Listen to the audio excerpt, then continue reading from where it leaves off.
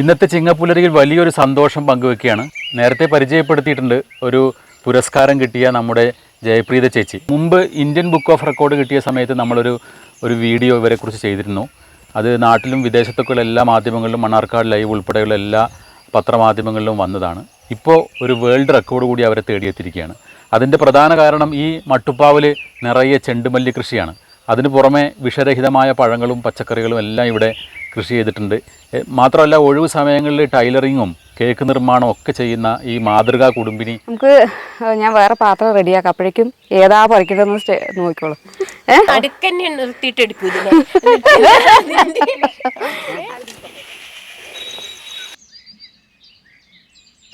അതാ വലുതുണ്ടല്ലോ, പറിക്കണോ? കട്ട് ചെയ്തോ ടീച്ചറെ,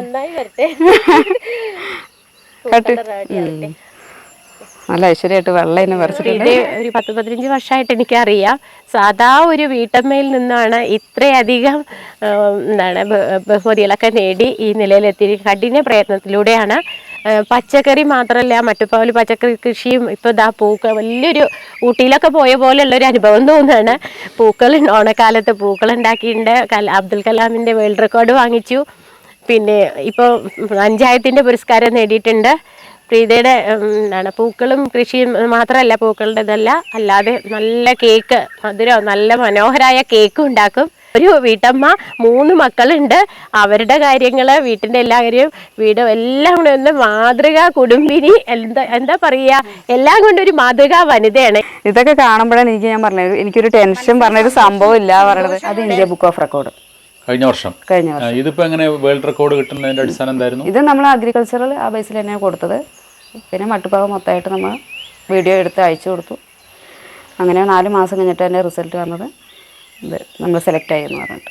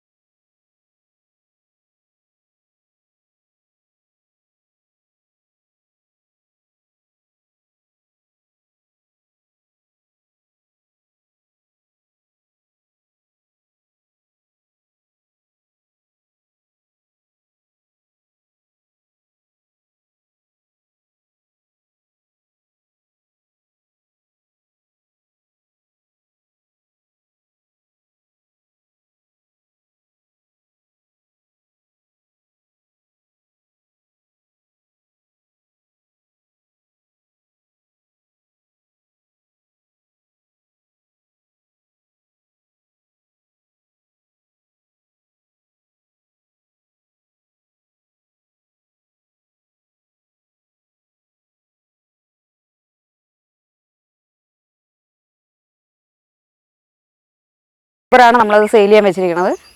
അത് നമ്മൾ 100 രൂപ മുതൽ 1200 രൂപ വരെ ഇതിന് കിഴങ്ങ് വിൽപ്പനയുണ്ട്. അതൊക്കെ ഓൺലൈൻ വഴിയാണ് ചെയ്യണത്. പർപ്പിൾ ജോയ് നല്ലപോലെ പൂക്കൾ തന്നുകൊണ്ടിരുന്നതാണ്. അപ്പോൾ ഡോർമൻസി പീരീഡ് ഉണ്ട് ഇതിന്. നല്ല മൂത്തതാണ്. അത് പറിച്ചിട്ടൊരു 10 ദിവസം നമ്മളിതിങ്ങനെ തിരിച്ചിട്ട് കൊടുത്താൽ മതി. അത് പുതിയൊരു പ്ലാന്റായിട്ട് വരും. ഇതാണ് താമരയുടെ കിഴങ്ങ്. ഇത് ട്യൂബർ എന്നാണ് പറയുക. ഇത് നമ്മൾ 4 മാസം ആകുമ്പോൾ നമ്മൾ റീപോർട്ട് ചെയ്ത് കഴിഞ്ഞാൽ, അതായത് ഇത് ഒരു 6 മാസം ആകുമ്പോൾ ഡോർമൻസി പീരീഡിലേക്ക് പോകും. അപ്പോൾ അത് താമര അതിൻ്റെ ഊർജ്ജം നമ്മൾ ഈ കിഴങ്ങായിട്ട് തരിക നമുക്ക്.